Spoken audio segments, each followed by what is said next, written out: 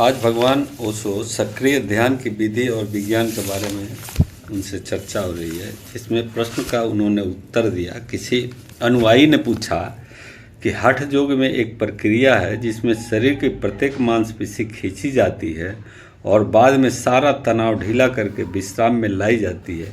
क्या सक्रिय ध्यान में इसी प्रकार की घटना घटती है? उन्होंने इसका जवाब इस प्रकार दिया अपने प्रवचन में।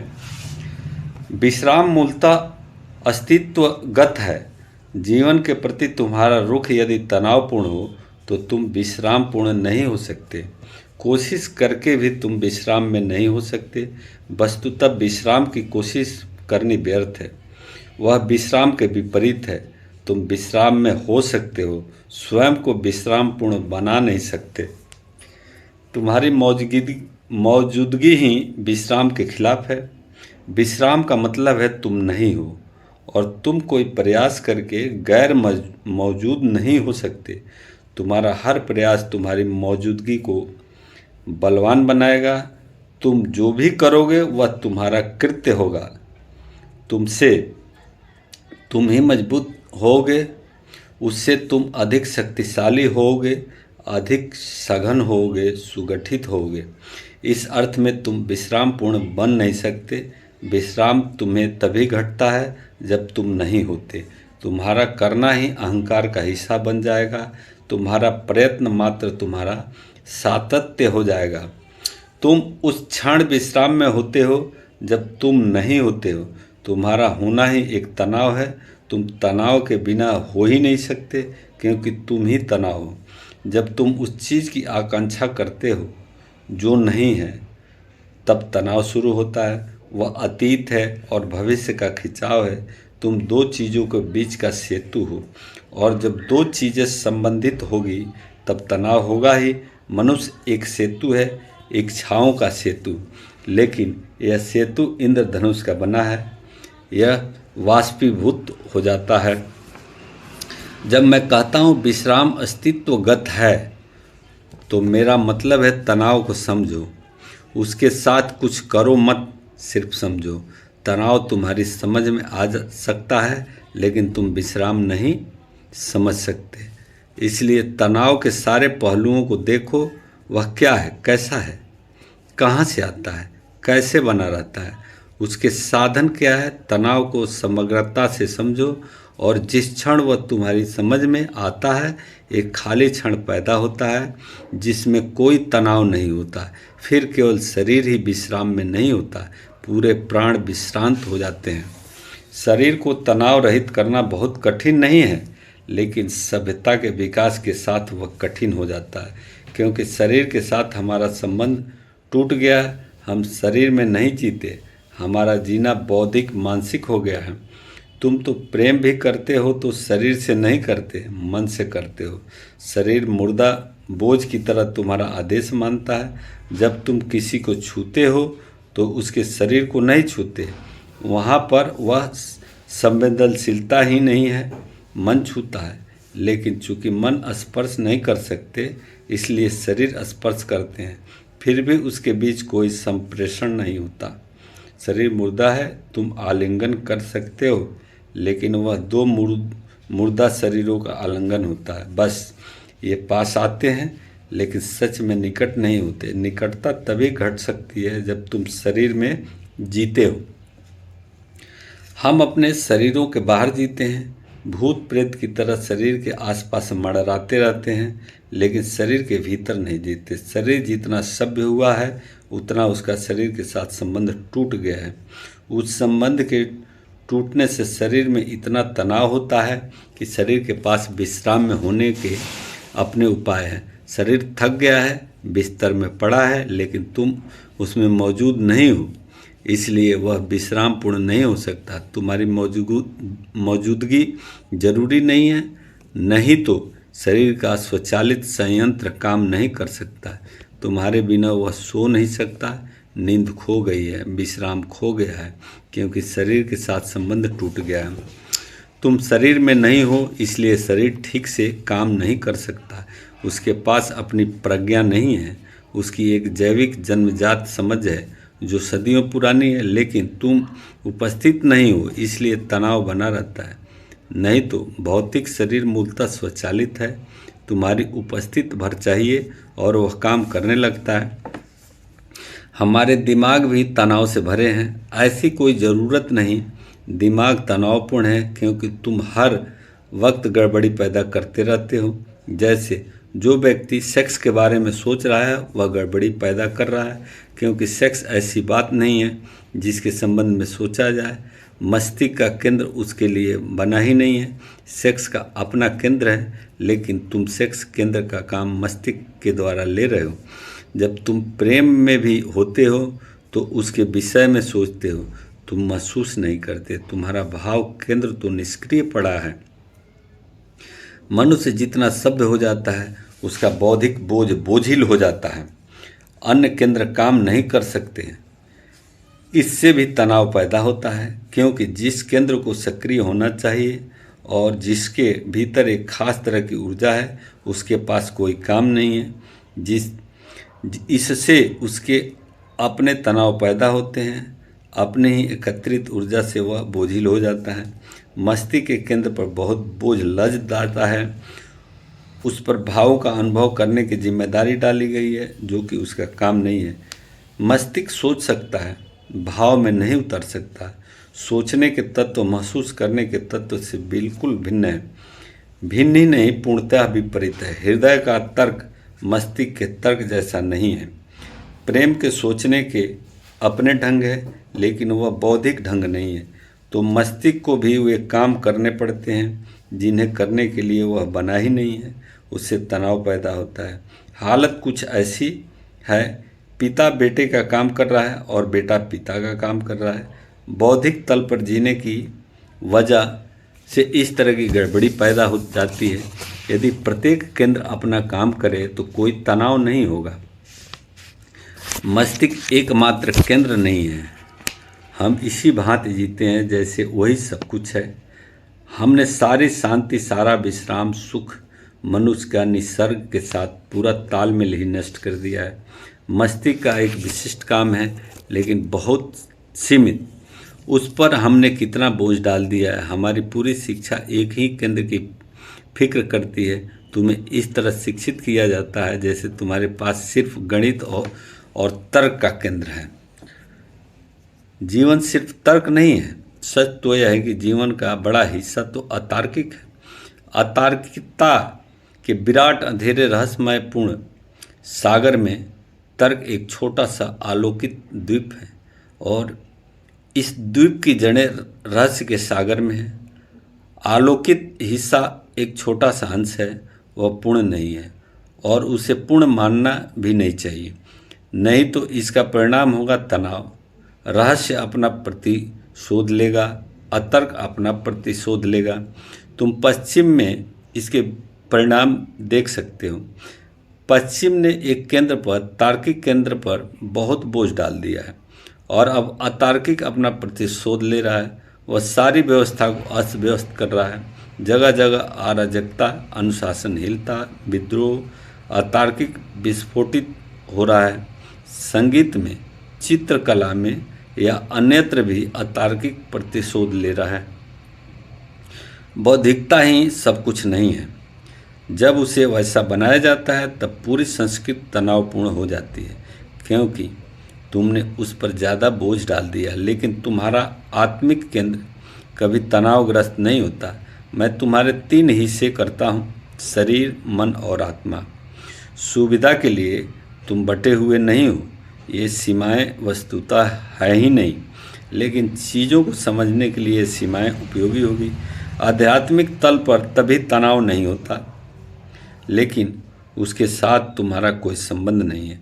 जिस व्यक्ति का शरीर के साथ संबंध नहीं है, उसका आत्मा के साथ संबंध कभी नहीं जुड़ सकता, क्योंकि वह और गहरा तल है। यदि तुम अपनी बाह्य सीमाओं के साथ ही जुड़े हुए नहीं हो तो आंतरिक सीमाओं के साथ नहीं जुड़ सकते। तीसरा तल, आध्यात्मिक तल, विश्राम में ही होता है।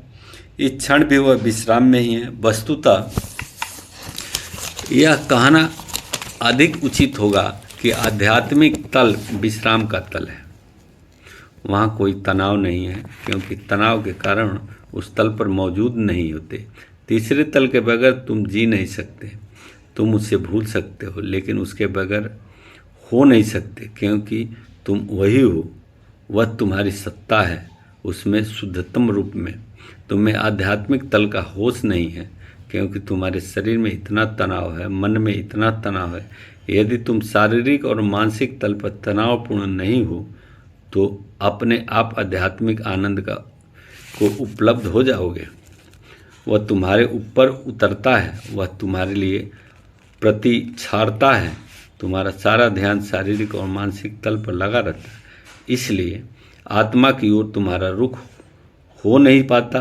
अगर शरीर और मन में तनाव नहीं हो तो ही तुम आध्यात्मिक तल में छलांग लगा सकते हो, उसका आनंद जान सकते हो। आध्यात्मिक तनाव जैसी कोई चीज़ नहीं होती। शारीरिक तनाव उन लोगों ने पैदा किया है जो धर्म के नाम पर शरीर विरोधी दृष्टिकोण सिखाते हैं। पश्चिम में ईसाइयत आग्रहपूर्वक शरीर की दुश्मनी सिखाती रही है। तुम्हारे और शरीर के बीच एक झूठी खाई, एक विभाजन पैदा किया गया है। फिर तुम्हारा सारा रुख ही तनाव पैदा करने वाला हो जाता है। तुम बगैर तनाव के खा नहीं सकते, सो नहीं सकते। हर शारीरिक कृत्य तनाव बन जाता है। शरीर दुश्मन हो गया, लेकिन तुम उसके बिना हो भी नहीं सकते। तुम्हें उसके साथ रहना ही है, दुश्मन के संग जीना ही है, तो सतत तनाव बना रहता है।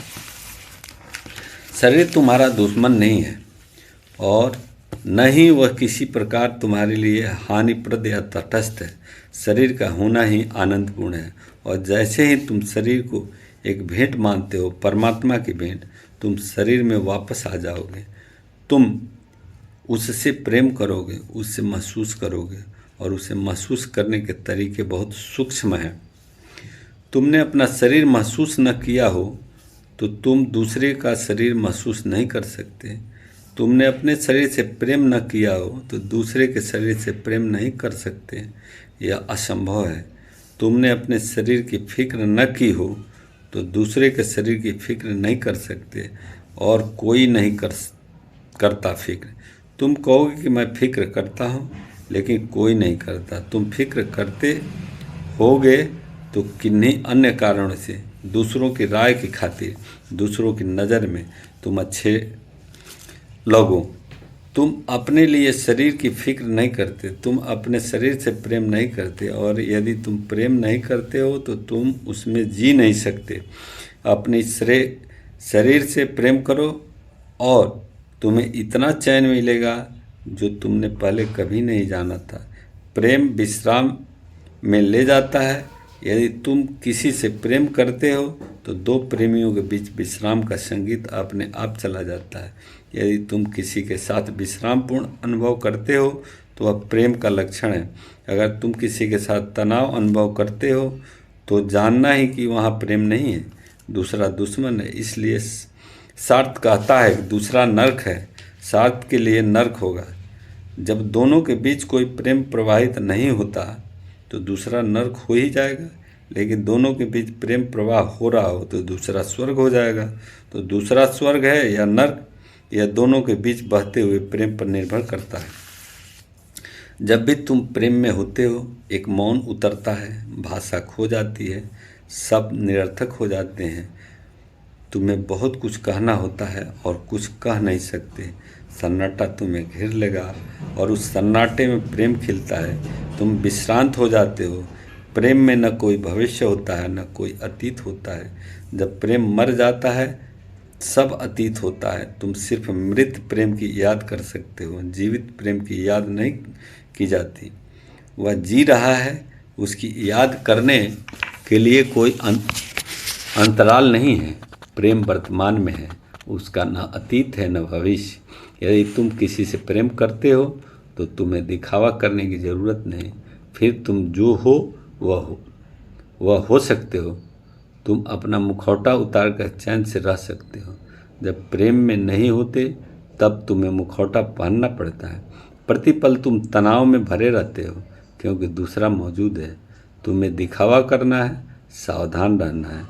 तुम्हें या तो आक्रामक बनना है या बचाव करना है, या लड़ाई है, संघर्ष है, तुम विश्राम में नहीं हो सकते। प्रेम का आनंद कुल मिलाकर विश्राम का आनंद है। तुम्हारा तनाव खो जाता है, तुम वह हो सकते हो जो हो। एक प्रकार से नग्न हो सकते हो। तुम्हें अपनी चिंता करने की ज़रूरत नहीं है, दिखावा करने की ज़रूरत नहीं है। तुम खुले कोमल हो सकते हो। उस खुलने में जो तुम्हें विश्राम अनुभव होता है, जब तुम अपने शरीर से प्रेम करते हो तो वही घटना घटती है। तुम तनाव रहित हो जाते हो, उसकी फिक्र करते हो, उसमें कुछ भी गलत नहीं। अपने शरीर से प्रेम करना नार्सिसस जैसा नहीं है, वास्तव वह अध्यात्म की पहली सीढ़ी है। इसलिए सक्रिय ध्यान शरीर से शुरू करता है। तेज सांस लेने से मन फैलता है, चेतना फैलती है, पूरा शरीर एक थिरकता हुआ जीवंत अस्तित्व बन जाता है। अब छलांग आसान होगी, दिमाग बाधा नहीं बनेगा, तुम बच्चे हो गए। उछलते कूदते जीवंत मानसिक बंधन अब न रहा। तुम्हारा शरीर इतना बंधा हुआ नहीं है जितना कि तुम्हारा मन संस्कारों में बंध गया है, लेकिन शरीर अभी भी प्रकृति का हिस्सा है। सारे धर्म और धार्मिक विचारक जो कि मूलतः बौद्धिक ही हैं, शरीर के खिलाफ हैं, क्योंकि शरीर के साथ इंद्रियों के साथ मन और उसके संस्कार खो जाते हैं। इसलिए वे सब लोग सेक्स से इतने भयभीत हो रहे हैं। सेक्स के साथ संस्कारिक मन खो जाता है, तुम एक बड़े जैविक जगत का हिस्सा हो जाते हो। मन हमेशा सेक्स के विरोध में होता है, क्योंकि सामान्य जीवन में सेक्स एकमात्र चीज़ है जो मन के खिलाफ विद्रोह करती है। तुमने हर चीज़ को नियंत्रित कर रखा है, सिर्फ एक चीज़ अनियंत्रित रह जाती है, तो मन सेक्स से बहुत खिलाफ हो जाता है, क्योंकि शरीर के और तुम्हारे बीच वही एकमात्र सेतु है। यदि उसे पूरी तरह नकार दिया तो तुम पूर्णतः बौद्धिक हो जाओगे। सेक्स का भय मूलतः शरीर का भय है, क्योंकि सेक्स के साथ सारा शरीर जीवंत ऊर्जा से नाचता हुआ प्राणवान बन जाता है। जैसे ही सेक्स तुम्हारा कब्जा कर लेता है, पूरा मन पीछे ढकेल दिया जाता है, सांस हावी हो जाती है, सांस शक्तिशाली सुदृढ़ हो जाती है। इसलिए मेरे ध्यान की शुरुआत मैं सांस से करता हूँ। सांस के साथ तुम पूरे शरीर को अनुभव करते हो, उसका एक कोना ऊर्जा से भर जाता है। अब तुम छलांग लगा सकते हो। सेक्स में जो छलांग लगाई जाती है वह बहुत छोटी है, ध्यान में जो छलांग लगाई जाती है वह बहुत बड़ी है। सेक्स में तुम किसी और व्यक्ति में छलांग लगाते हो। छलांग लगाने से पहले तुम्हें शरीर के साथ होना पड़ता है, और उस छलांग में तुम्हें और फैलना पड़ता है दूसरे के शरीर की ओर। तुम्हारी चेतना तुम्हारे शरीर के पार फैलती है। ध्यान में तुम अपने शरीर से ब्रह्मांड के शरीर में छलांग लगाते हो।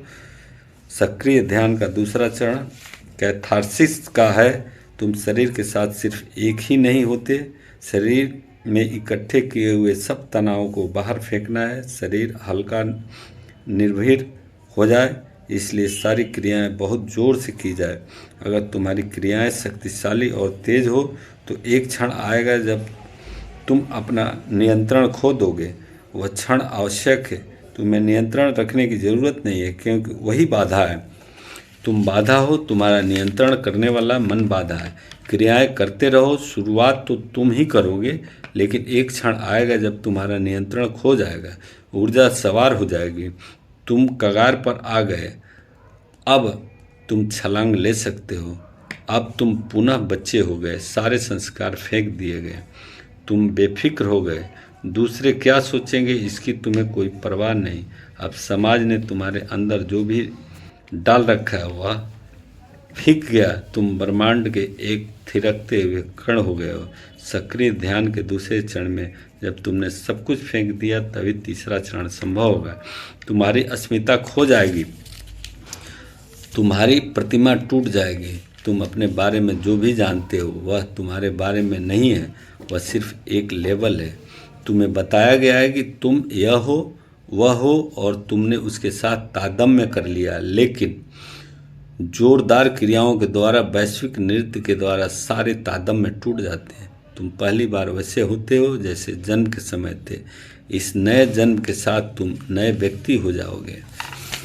और इसी के क्रम में मनोवैज्ञानिक कहते हैं कि बच्चे के रोने की जो कला है वह उसके तनाव से मुक्त होने की व्यवस्था है। और बच्चे पर बहुत तनाव है, बच्चे को भूख लगी है और माँ दूर है या माँ काम में उलझी है, बच्चे को भी क्रोध आता है। अगर बच्चा रो ले तो उसका क्रोध बह जाता है और बच्चा हल्का हो जाता है, लेकिन माँ उसे रोने नहीं देगी। मनसविद कहते हैं कि उसे रोने देना, उसे प्रेम देना, लेकिन उसके रोने को रोकने की कोशिश मत करना। हम क्या करेंगे? बच्चे को खिलौना पकड़ाने की मत रो, बच्चे का मन डाइवर्ट हो जाएगा, वह खिलौना पकड़ लेगा, लेकिन रोने की जो प्रक्रिया भीतर चल रही थी वह रुक गई, और जो आंसू बहने चाहिए थे वे टक गए, और जो हृदय हल्का हो जाता बोझ से वह हल्का नहीं हो पाया। वह खिलौना से खेल लेगा, लेकिन यह जो रोना रुक गया इसका क्या होगा? वह विष इकट्ठा हो रहा है। मनसविद कहते हैं कि बच्चा इतना विष इकट्ठा कर लेता है, वही उसकी ज़िंदगी में दुख का कारण है और वह उदास रहेगा। आप इतने उदास दिख रहे हैं, आपको पता नहीं कि उस उदासी हो सकता था न होती अगर आप हृदयपूर्वक जीवन में रोए होते, तो ये आंसू आपकी पूरी ज़िंदगी पर न छाते, ये निकल गए होते। और सब तरह का रोना थेराप्यूटिक है। हृदय हल्का हो जाता है। रोने में सिर्फ आंसू ही नहीं बहते, भीतर का शोक, भीतर का क्रोध, भीतर का हर्ष, भीतर का मनोवेग भी आंसुओं के सहारे बाहर निकल जाते हैं और भीतर कुछ इकट्ठा नहीं होता। स्क्रीम थेरेपी के लोग कहते हैं कि जब भी कोई आदमी मानसिक रूप से बीमार हो तो उसे इतने गहरे में रोने की आवश्यकता है कि उसका रोआ रोआ, उसके हृदय का कण कण, श्वास, धड़कन धड़कन रोने में सम्मिलित हो जाए। एक ऐसे चित्कार की ज़रूरत है जो उसके पूरे प्राणों से निकले, जिसके वह चित्कार ही बन जाए। हजारों मानसिक रोगी ठीक हुए चित्कार से, और एक चित्कार भी उसके न मालूम कितने रोगों से उन्हें मुक्त कर जाती है। लेकिन उस चित्कार को पैदा करना बड़ा कठिन बात है, क्योंकि आप इतना दबाए हैं कि आप अगर रोते भी हैं तो रोना भी आपका झूठा होता है, उसमें आपके पूरे प्राण सम्मिलित नहीं होते। आपका रोना भी बनावटी होता है। ऊपर ऊपर रो लेते हैं, आँख से ही आंसू बह जाते हैं, हृदय से नहीं आते। लेकिन चित्कार ऐसी होनी चाहिए जो आपकी नाभि से उठे और आपका पूरा शरीर उसमें समाविष्ट हो जाए। आप भूल ही जाए कि आप चित्कार से अलग हैं। आप एक चित्कार ही हो जाए तो कोई 3 महीने लगते हैं मनोवैज्ञानिक को आपको रुलाने सिखाने के लिए। 3 महीने निरंतर प्रयोग करके आपको गहरा किया जाता है। करते क्या है, इस थेरेपी वाले लोग आपको छाती के बल पर लिटा देते हैं ज़मीन पर, और आपसे कहते हैं कि ज़मीन पर लेटे रहें और जो भी दुख मन में आता है उसे रोके मत, उसे निकाल लें। रोने का मन हो तो रोएं, चिल्लाने का मन हो तो चिल्लाएं। 3 महीने तक ऐसे बच्चे की भांति आदमी लेटा रहता है ज़मीन पर, रोज़ घंटे 2 घंटे, एक दिन। किसी दिन वह घड़ी आ जाती है कि उसके साथ उसके हाथ पैर कांपने लगते हैं विद्युत के प्रवाह से। वह आदमी आंख बंद कर लेता है, वह आदमी जैसे होश में नहीं रह जाता और एक भयंकर चित्कार उठनी शुरू हो जाती है। कभी कभी घंटों वह चित्कार चलती है, आदमी बिल्कुल पागल मालूम पड़ता है, लेकिन उस चित्कार के बाद उसकी जो भी मानसिक तकलीफ़ें थी वह सब तिरोहित हो जाती है। यह जो ध्यान का प्रयोग मैं आपको कर रहा हूँ, ये आपके जब तक मनोवेग, रोने, हंसने, नाचने के, चिल्लाने के, चीखने के, पागल होने के, इनका निस्सरण न हो जाए तब तक आप ध्यान में नहीं जा सकते। यही तो बाधाएं हैं। आप शांत होने की कोशिश कर रहे हैं और आपके भीतर बेग भरे हुए हैं जो बाहर निकालना चाहते हैं। आपकी हालत ऐसी है जैसे केतली चढ़ी है, चाय की ढक्कन बंद है, ढक्कन पर पत्थर रखे हैं, केतली का मुंह भी बंद किया हुआ है और नीचे से आग जल रही है। वह जो भाप इकट्ठी हो रही है वह फोड़ देगी केतली को, विस्फोट होगा। 10-5 लोगों की हत्या हो सकती है। इस भाप को निकाल जाने दें। इस भाप के निकलते ही आप नए हो जाएंगे और तब ध्यान की तरफ प्रयोग शुरू हो सकता है। अगर ये आपको अच्छा लगे तो लाइक कीजिए, सब्सक्राइब कीजिए, शेयर कीजिए।